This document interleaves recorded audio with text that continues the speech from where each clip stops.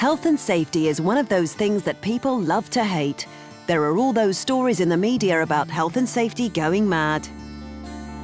But when it comes to commercial cleaning, health and safety has to be taken seriously. Many of the products that we use can be harmful if used incorrectly. Also, the equipment we use has to be used and maintained correctly to avoid personal injury. Then the act of cleaning itself can be dangerous, particularly regarding posture, lifting and the use of ladders. The best way we can create a positive attitude towards health and safety is to make sure that everyone is involved in creating best practice procedures, and that once they are created, they are adhered to. But this is not just about best practice. Health and safety is also enshrined in the law. So if we do not pay attention to safety in the workplace or cause injury or infection to someone, then whoever is responsible is liable to prosecution. To help with compliance, Jangro provide a wide range of safety data sheets as required by the Control of Substances Hazardous to Health regulations and the Chemicals Hazard Information and Packaging for Supply regulations. Also exclusive to Jangro, we provide safe working procedures and product usage guides, which explain the safe and appropriate use of each chemical in our range of cleaning products. They are specially designed to be easily understood and use a simple pictorial format to help overcome any learning and language barriers. There are also easy-to-understand Jangro wall charts covering health and safety issues.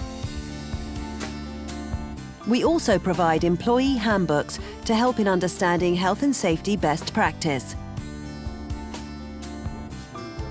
In this module, we'll introduce you to the key aspects of health and safety regarding the cleaning industry. Further detailed information can be found in the unique Jangro guides, data sheets and wall charts. It's the employer's responsibility to conduct risk assessments and continuously monitor safe working practices and to ensure best practice is applied at all times. It's important that we report any issues, injuries or accidents in the workplace to a supervisor. Well done, well spotted. I'll make a note on here and we won't use this again. No site will be perfect, but we're all obliged to contribute towards a safe working environment. Jangro have produced a set of comprehensive risk assessments to assist in compliance. These cover every chemical product we produce, plus many cleaning procedures and a variety of cleaning equipment. Some cleaning activities represent more risk than others, such as working at height. It's not a good idea to stand on chairs or other objects instead of using a stepladder, but we must all be aware of the correct use of ladders. Consult your risk assessment to make sure you get both the preparation and use of ladders correct. But it's not just obvious hazards, such as the use of ladders. For instance, we need to adopt the correct working posture when using cleaning machinery. So always work in an upright position and with a straight back. Move with the machine in the direction you're cleaning to avoid bending your body from side to side. Poor posture can lead to injury and time off work, and it's estimated that 12 million days are lost through musculoskeletal disorders such as strains, sprains, back, neck and shoulder problems. When moving machinery, always use the wheels and handles provided and only lift machinery when it's absolutely necessary to do so. Never lift more than the recommended weight limits laid down in manual handling regulations. It's important that we take care of equipment. It's a major investment for you and the cleaning business. Before using any equipment, you must make sure it is fit for purpose and free of damage to the casing and wheels. You know where the tanks are at the front? Just undo that tank there for me. Never operate equipment unless you have the correct training and are confident to do so, as using equipment incorrectly can not only result in damage to your workplace, but could cause injury to yourself or others. If it's your responsibility, you should maintain a service record for equipment and ensure the machine is serviced as per the manufacturer's guidance. Then ensure that all cables are free from wear, cuts and tears, and that no bare wires are showing. Check the pins of the plug to make sure they are not bent or loose. Always empty and clean equipment after use. Check for current PAT stickers. That stands for Portable Appliance Test on all electrical equipment. If any equipment is faulty, we should stick a Do Not Use label on the machine.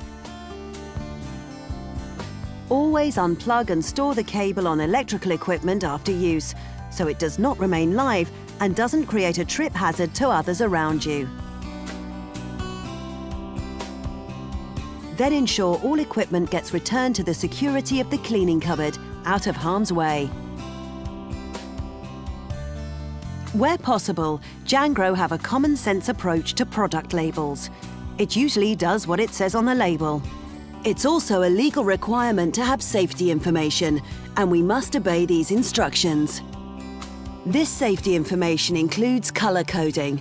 This is there to help prevent harmful bacteria from being transmitted around a building, and is designed to prevent a cleaning cloth which is used to clean a toilet being used in a food preparation area.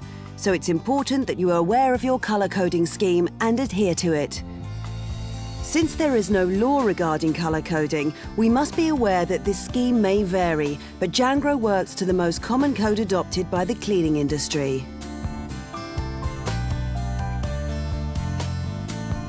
There are also a number of hazard warning symbols on labels, warning if a product is an irritant, corrosive, flammable, or harmful to the environment. Many products also include a pH scale on the label, which is numbered from 0 to 14. The pH scale of 7 is neutral, and any product with a number below 7 is acidic. The majority of washroom cleaning products are acidic and have a low pH number because they have to be effective against bacteria and lime scale. Any product with a number higher than 7 is alkaline. These include floor polish strippers and caustic soda. Care must be taken when using these products, the correct usage and dilution procedures adhered to, and the appropriate protective clothing worn, so always read the label and check the pH scale before use. When diluting products, always add the product to the water and not the other way round. This avoids the danger of the product being splashed out of the bucket owing to high-pressure water coming out of the tap. Make sure any generic containers, such as this trigger bottle, are labelled correctly. Use dilution pumps to control dosage and prevent spills. There is a Jangro dilution chart for guidance. Also, never mix chemicals, as a reaction may occur and release a toxic gas. Mixing acid and alkaline products may neutralize the cleaning effect.